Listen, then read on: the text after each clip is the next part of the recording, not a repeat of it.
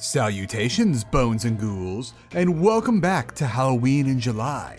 It's that time of year where we have a spooky good time showing off spooky games every weekend of the month. This year the theme is aliens.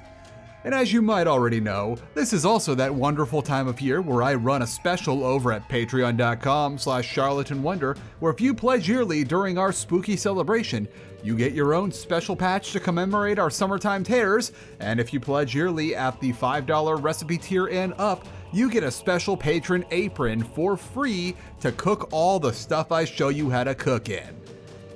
You know, there's probably a better word for that.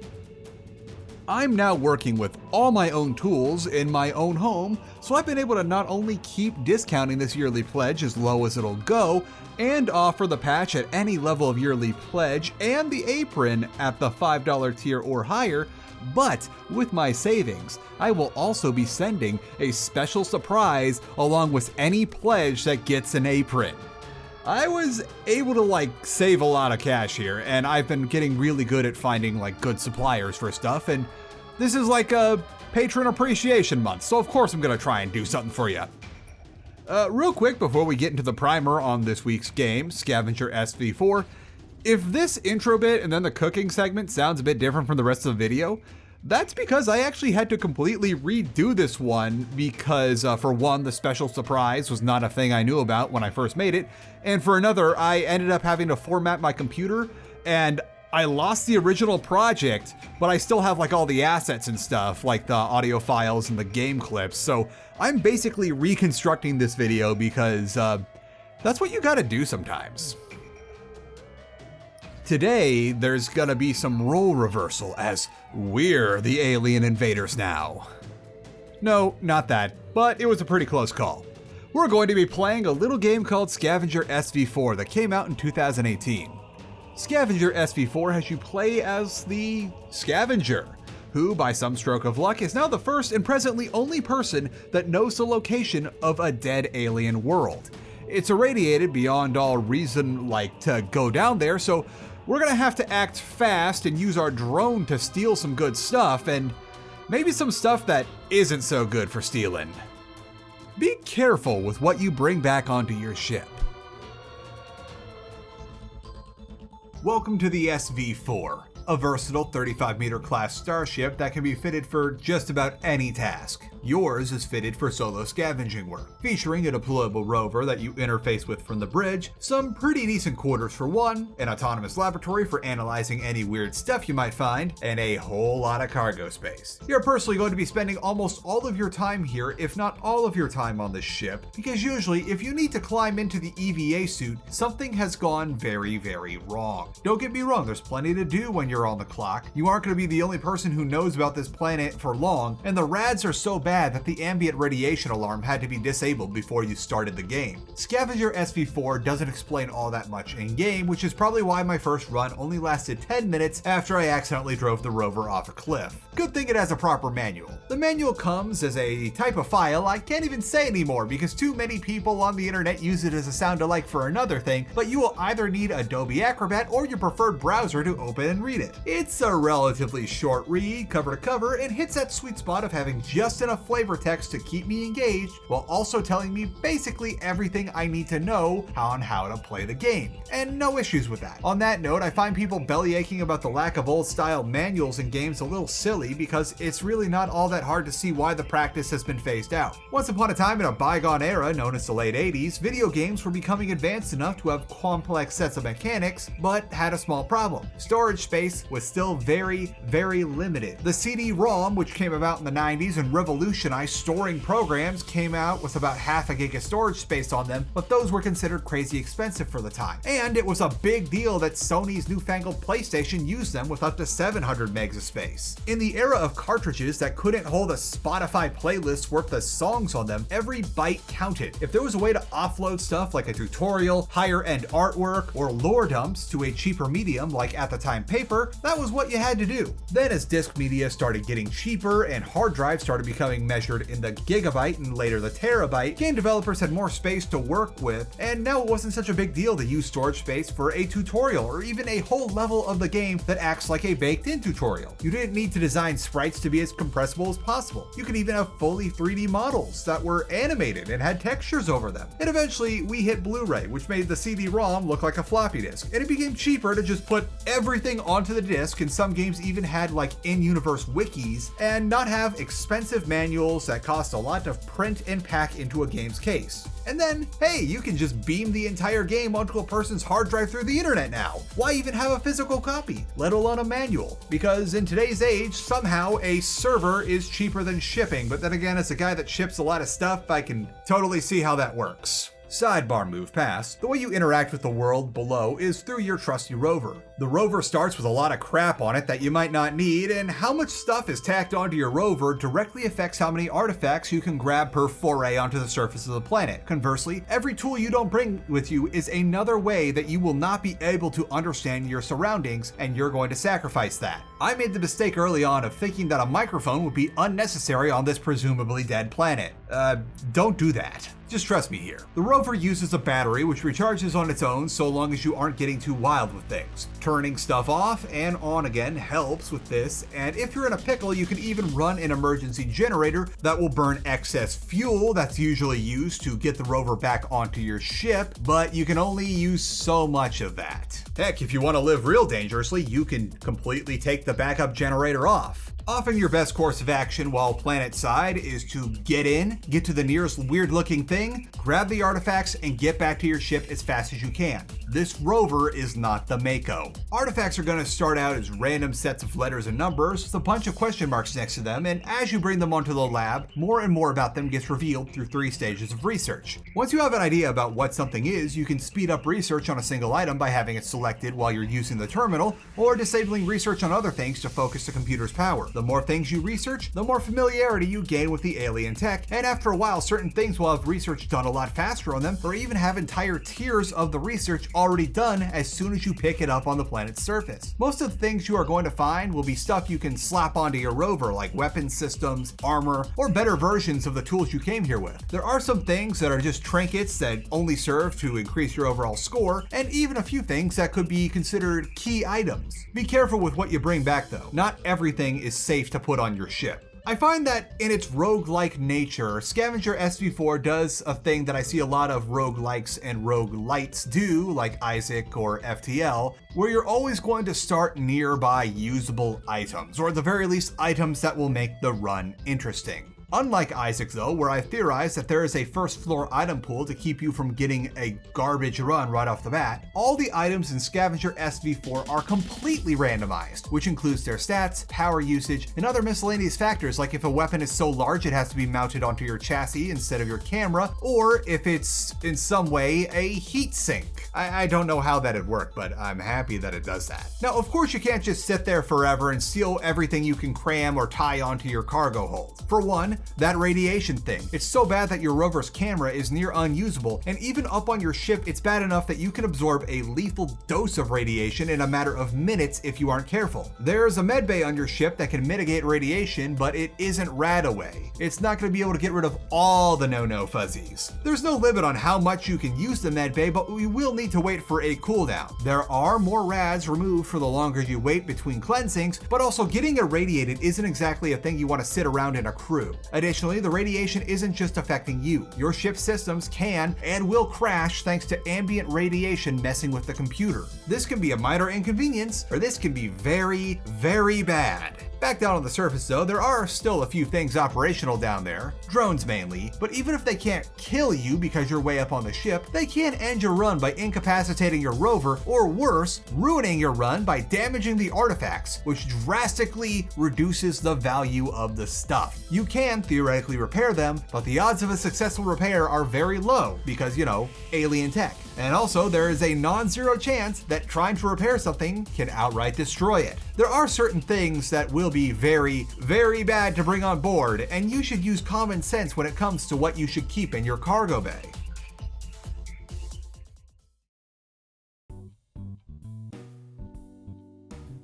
Cooking segment time. I crave lasagna, but we already did that a while ago, so how about we do eggplant lasagna instead? It's technically a different thing from normal lasagna, so we can get away with it. The main thing here is that we're going to be using eggplant, and for eggplant we gotta get rid of the icky stuff before we do anything else. That's pretty easy though, just slice up your eggplant kind of thin and then liberally salt them over some paper towels and wait for 20 to 30 minutes. This would be a good time to do everything else. First, we're going to chop up a whole yellow onion for the flavor and set that aside in a bowl. Then we're going to chop up one of those big old things of mushrooms that we use in basically everything. I mean, really run these guys through. The finer chopped up, the better. Set those aside in another bowl, and now we're going to grate all the cheese because you're missing out on savings and flavor if you buy the pre-shredded stuff in a bag. It takes all of like an extra minute to grate all this up anyway and then mix it together in a bowl. Alright, let's cook some stuff. So the first thing we want to get going here is the sauce and the pasta itself. How we're going to do that is start by getting the onions sweating in some olive oil in a large saucepan, and once they really start going, we're going to add all the red stuff. San Marzano is nice when you've got the cash, but the diced tomatoes you can get from Costco or wherever else you get your stuff in bulk will do just fine, so long as you blend them up real good. Really, just dump these diced tomatoes in a blender, blend on low for no more than 30 seconds, and if anything, 30 seconds is pushing it, and it's basically the perfect texture for a sauce. A good rule of thumb for how long to sweat the onions is that once your water for boiling the pasta comes up to a boil and you add lasagna into the water, the onions are probably good to go too. Or just once your whole house smells like onions. That works too. Now add in a can or two of tomato paste and then dump in your pulverized tomatoes into the saucepan with your onion, add the spices, you know which ones, and then let that go anywhere from 20 minutes to 6 hours. Before you start that long simmer though, don't forget to make sure the lasagna pasta is strained and set aside for when it's time to bake, and make sure to check on your sliced eggplants and dab off any droplets of liquid you see. That's the ickiness that we've now sapped out of the eggplant. Okay, let's turn that red sauce into lasagna sauce. Transfer your sauce from a large saucepan into a large pot because we're going to be adding all the other stuff. Dump in your finely chopped mushrooms, and then get a big old thing of ricotta and dump that in too. Don't be stingy now.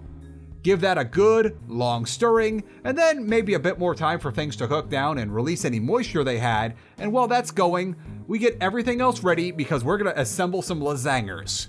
We've done this before, but it's a little different this time around. Start with a layer of sauce on the bottom, like we just made, then a layer of eggplant, then cheese, then the pasta, and repeat until you've filled all lasagna-bearing casserole dishes in your household. It's okay if you mess up the pattern, no one's gonna notice. And now we bake. I prefer to start by preheating the oven to 400 or so to get things started, and then once the lasagna's been baking covered for about half of an hour, I take the coverings off and crank it up to 425 for another 20 to 30 minutes to start getting things crisped up. Once it's done crisping up, pull it out of the oven, but do not eat it just yet. It needs to rest for at least 45 minutes so that everything is solidified and you don't just have everything fall apart when you try to cut it and plate it up. The only thing I might have done differently here was maybe trying to peel the whole skin off the eggplant before I started this thing because, while the meat of the eggplant was great for this, the skin was a pain to cut around in the finished product. As always, if you'd like the full recipe with a standalone video, that's available at patreon.com/charlatanwonder, where we're running the Halloween in July special, where yearly rates are cut down as low as they'll go, and anyone who pledges yearly at the $5 recipe tier or higher gets their own patron apron as a free thank you gift, plus an extra secret surprise. Now let's see what else we can find on that dead planet.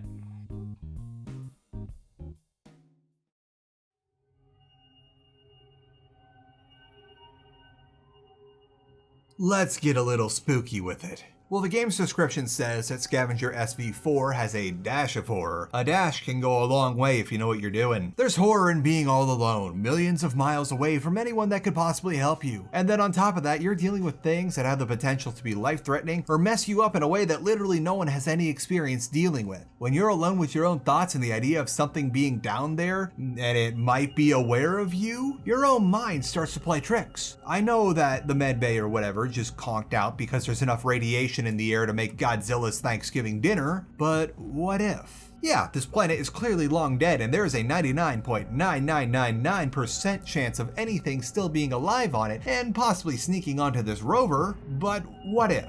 And then there's that thing you researched that says it has biological matter either dead or in an extremely deep stasis inside of it that's covered in a container with ritual markings on it that says it could just be analogous to a coffin, or maybe some kind of warning label. What if it's the latter? The wording of some of these research findings does a good job at being ambiguous in a way that makes you worried about what the hell you're bringing on board. Then there's the quiet of it all. If you bring your microphone down to the surface, which you should, it's almost always going to be the sound of wind and nothing else. It's even worse on the ship. Unless you're actively doing something such as research, managing cargo, or repair work on the rover, the entire ship is quiet as a grave. It's almost unsettling when I finish up with a batch of research and I'm left with my own thoughts about what can be down there again. There is music you can play from your quarters, but it only goes for a few minutes, and then when you're trying to run around as efficiently as possible, since you don't want to get so irradiated you can't enjoy the spoils of your discovery, a trip all the way to the crew quarters to restart your music can be a luxury you cannot afford. Now, as I'm sure those of you who've played this know, there's a lot of freaky stuff that can happen, which I have been trying to allude to. But for one, I'm trying not to spoil much here, as while everything is procedurally generated story-wise, there are a few special scares that can really lose their edge if you know they're coming. And for another, with the nature of roguelike games, it's very hard to get footage of certain things. I'll leave it at that Scavenger SV-4 does have a dedicated option in the menu to disable jump scares, which is always very much appreciated. So we're not going to do any story stuff for this one since, as previously mentioned, it's a roguelike and those can be hard to get the story down for, let alone getting all the right events and a winning run at the same time. That being said, Scavenger SV-4 is indeed a roguelike.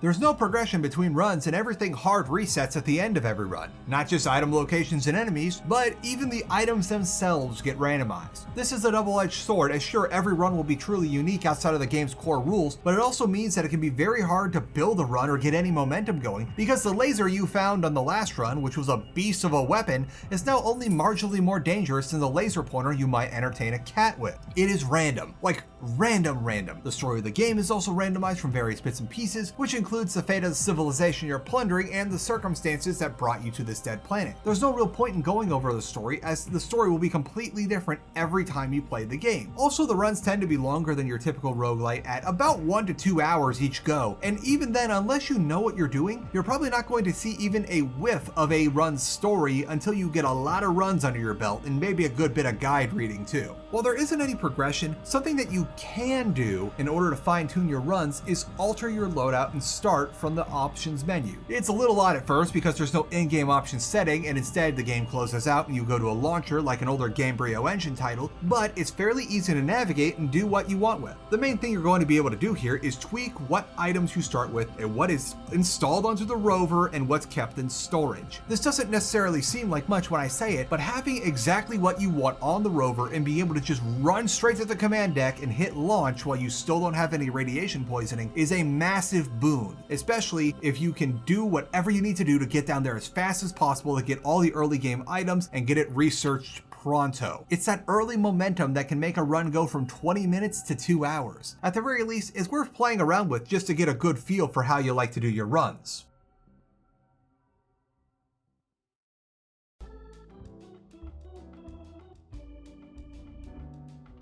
My final thoughts on Scavenger SV-4 is that it's a lot of fun for a few tries, but personally I can't see myself playing too much of it, as the roguelike nature of it doesn't give me much reason to keep playing aside from maybe getting a good run and a high score, or maybe getting to the final area if I'm really lucky. But the story's going to be scrambled every time. As much as roguelike purists talk about the game's virtues, roguelite just makes for a better experience because you've got a goal and overall progression to reach for and keep you playing. Aside from that, the game has a great premise, and when you are playing, the runs are interesting and can earn their longer than average runtimes for a roguelike game. Before we go, don't forget to check out the Patreon, where any yearly pledge gets the new patron patch, and anyone who pledges at the $5 recipe tier or higher gets their own patron apron just like the one in the cooking segment as a free gift. I'm running this promo for all of July and as long as I can keep making videos for this, but don't forget to get those pledges in now. Let's sign off. Remember that no matter what you do, be it drawing, making music, or rover design, what you do is not content. it is art. Content is a word that's been twisted into a means to grind up all your skills, passions, and aspirations into a gray sludge that's meant for nothing more than to make a line go up at someone else's benefit. Your art in no way deserves that. Art is inalienably a reflection of you by the very nature of its creation, and in no way do you deserve that. So get out there and fight for your art by fighting against the contentification of everything. Stay saucy, everyone. The boy is concerned. I don't know how much of this... Oh yeah, there it is. It'll probably pick up on the mic. Well, we've been having a pretty intense thunderstorm. And there was a big one that probably like within 100 yards of the building went off. And then on top of that, I've got all the mean machines running. Dishwasher's going, washer's going. Thunder's going. The boy is concerned. That's a look. Like, I keep trying to, like, calm him down, tell him it's going to be okay. Because it is going to be okay. We're in here. Building's grounded. Nothing to worry about. Play with your toys. And wait, what time is it? Oh, you're at the halfway point between snackings.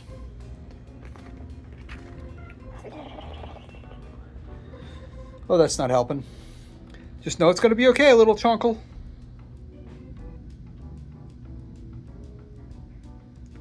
Just a little thunder.